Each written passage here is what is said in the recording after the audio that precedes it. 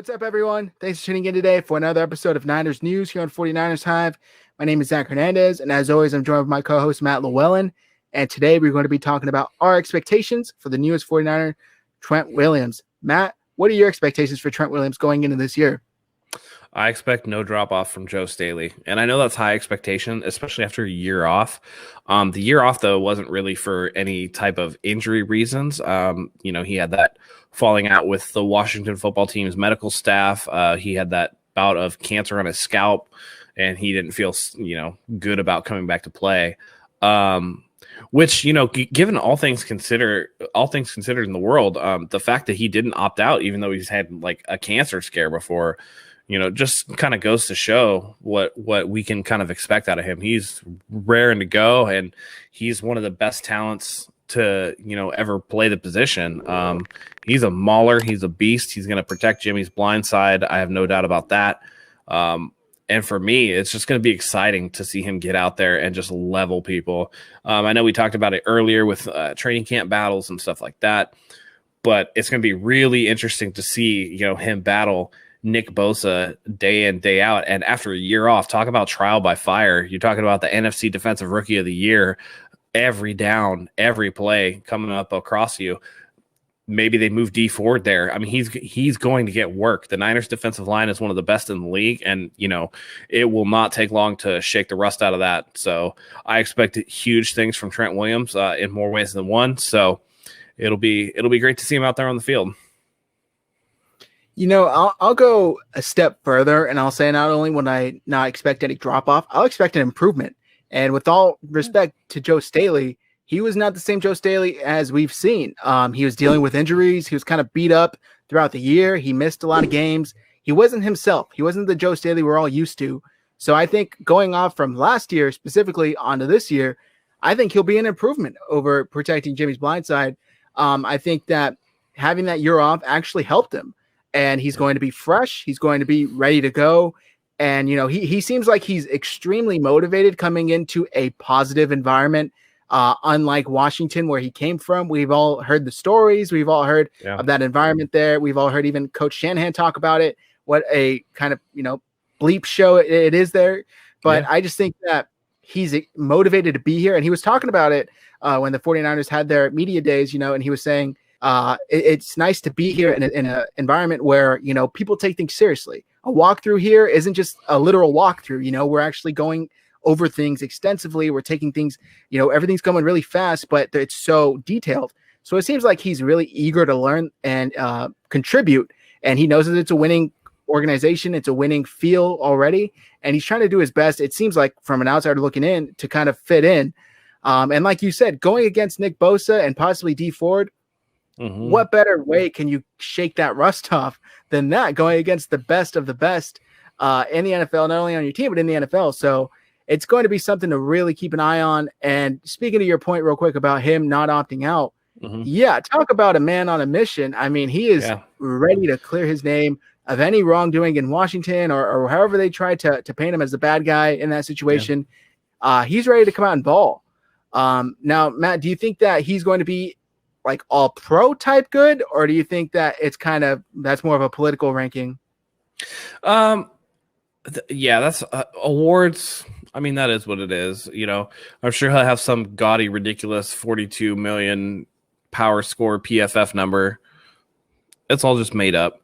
What I want to see is him pancaking the shit out of people and knocking them on their back and protecting Jimmy. And we'll see that in the overall sack numbers. We'll see in, how he's moving and stuff like that. And, it's important for him to go through these practices again, after a year away, get these calluses built up by going against the best in the business every day, get used to that contact. And as long as everybody stays healthy, man, this is going to be a top 10 offensive line in the NFL without question for me. So, and that goes, the whole line needs to stay healthy. It's not just Trent Williams, who's had a year off. And again, you lose that day to day, those calluses, you can't just go from the street to contact. And, like we talked about before, there's being in shape and then there's being in football shape, ready to go. And the contact and the ability to absorb that contact on a down to down basis is part of being in football shape. So it's going to be, again, no preseason games. limited practice with the way that you can, do things, trial by fire for Trent Williams. So it'll be interesting to see how he can hold up. We expect Weston Richburg to be coming back. Hopefully he can hold up. And like I said, if they can, top 10 offensive line. Yeah, there's lofty expectations for this whole offense, but specifically this offensive line, because there's no more excuses. These guys are getting healthy and they should be performing at a pretty high level. Now, Matt, let me ask you this. How much does Trent Williams play kind of correlate to how well Jimmy Garoppolo is going to play?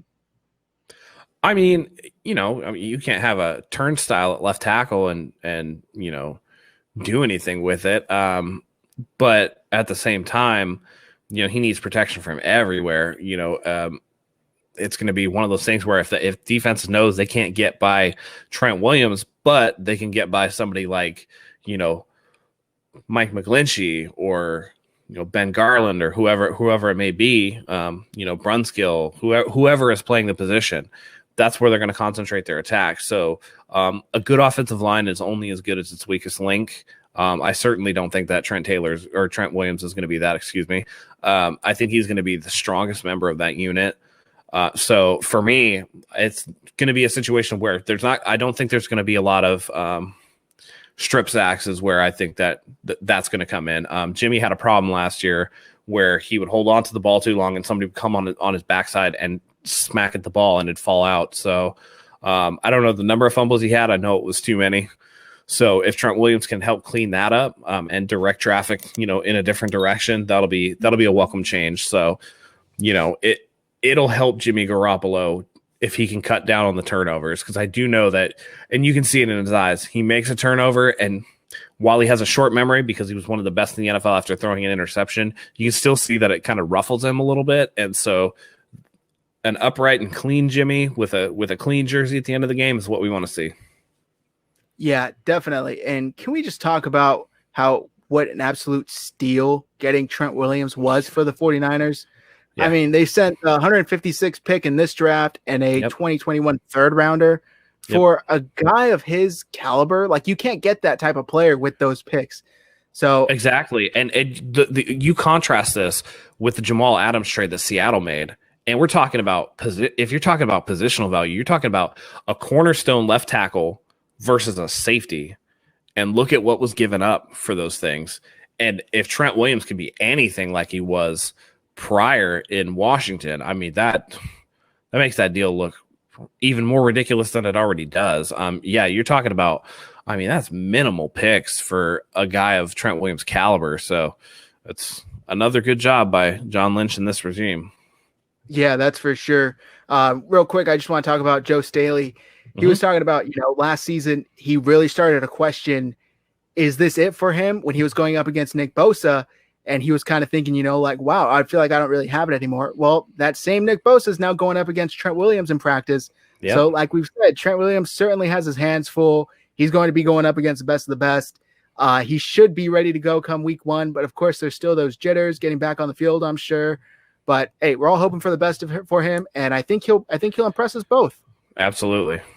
But I think that's going to do it for us today, guys. Make sure you follow us on Twitter. Our handles are below on the screen. And make sure you subscribe to this channel.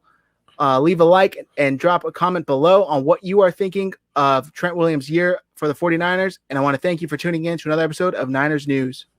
Go ahead and click the bell for all your notifications. And until next time, go Niners.